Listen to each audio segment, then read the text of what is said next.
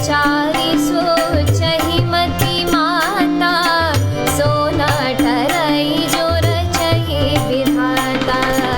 कर्म लिखा जऊँ बाहुर नाहू, तो कत दोष लगाई यकाहू।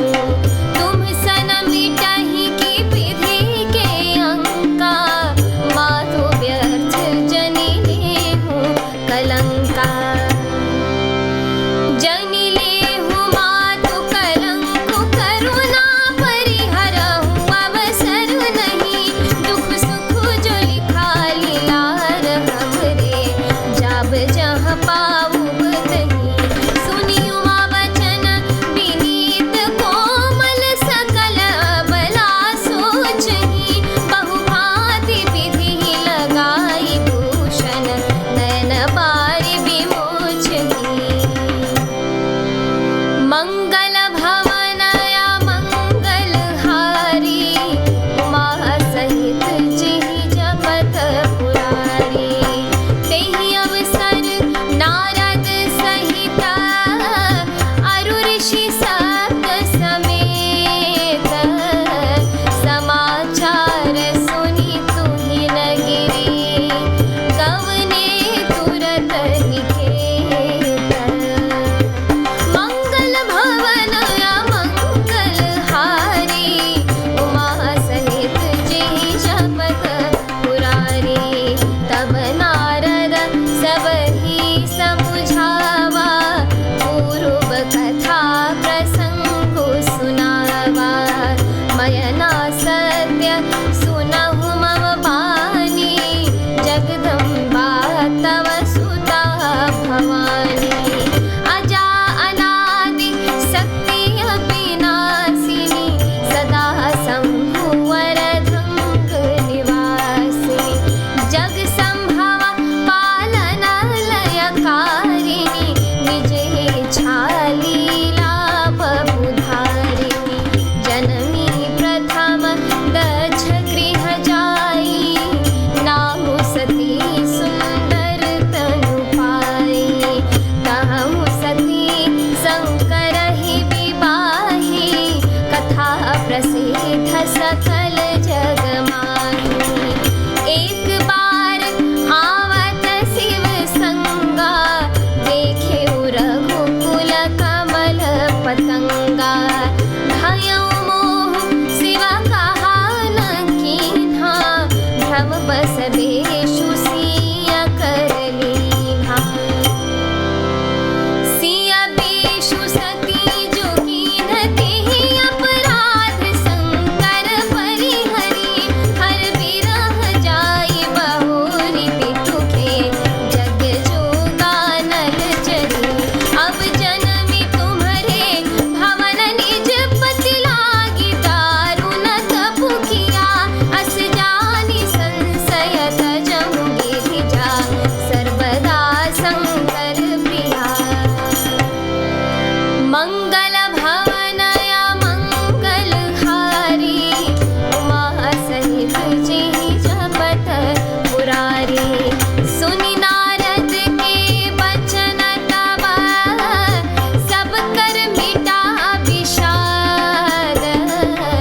छनमहु व्यापी सकल पुर, घर घर यह संवाद। मंगल भवन अमंगल हारी, उमा सहित जिहि जपत पुरारी। अर्थात मैंने नारद का क्या बिगाड़ा था, जिन्होंने मेरा बसता हुआ घर उजाड़ दिया, और जिन्होंने पार्वती को ऐसा उपदेश दिया कि जिससे उसने बावले वर के लिए तप किया। सचमुच उनके न किसी का मोह है, न माया, न उनके धन है, न घर है और न स्त्री है। वे सबसे उदासीन हैं, इसी से वे दूसरे का घर उजाड़ने वाले हैं। उन्हें न किसी का लाज है, न डर है। भला बांझ स्त्री प्रसव की पीड़ा को क्या जाने। माता को विकल देखकर पार्वती जी विवेक युक्त कोमल वाणी से बोली, हे माता, जो विधाता रच देते हैं वह टलता नहीं है, ऐसा विचार कर तुम सोच मत करो।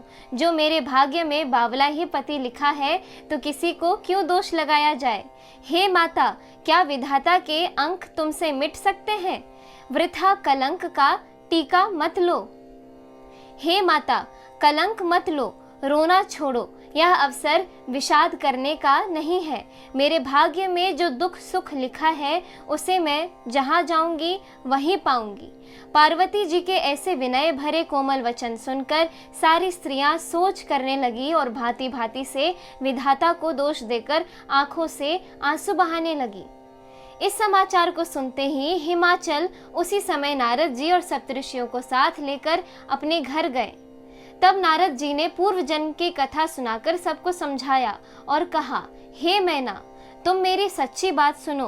तुम्हारी यह लड़की साक्षात जगजननी भवानी है। ये अजन्मा, अनादि और अविनाशिनी शक्ति है। सदा शिवजी के अर्धांग में रहती है। ये जगत की उत्पत्ति, पालन और संहार करने वाली है और अपनी इच्छा से ही लीला शरीर धारण करती है। पहले ये दक्ष के घर जाकर जन्मी थी, तब इनका नाम सती था। बहुत सुंदर शरीर पाया था। वहाँ भी सती शंकर जी से ही ब्याही गई थी। यह कथा सारे जगत में प्रसिद्ध है। एक बार इन्होंने शिव जी के साथ आते हुए राह में रघुकुल रूपी कमल के सूर्य श्री रामचंद्र जी को देखा। तब इन्हें मोह हो गया और इन्होंने शिव जी का कहना ना मानकर भ्रमवश सीता जी का वेश धारण कर लिया।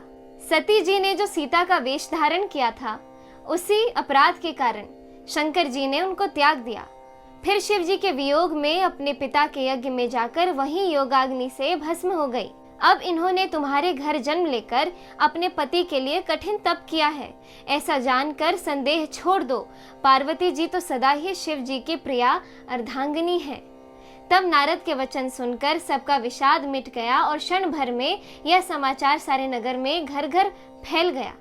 इस एपिसोड में इतना ही। आगे की कथा सुनने के लिए कृपया मेरे YouTube चैनल से जुड़े रहें। धन्यवाद।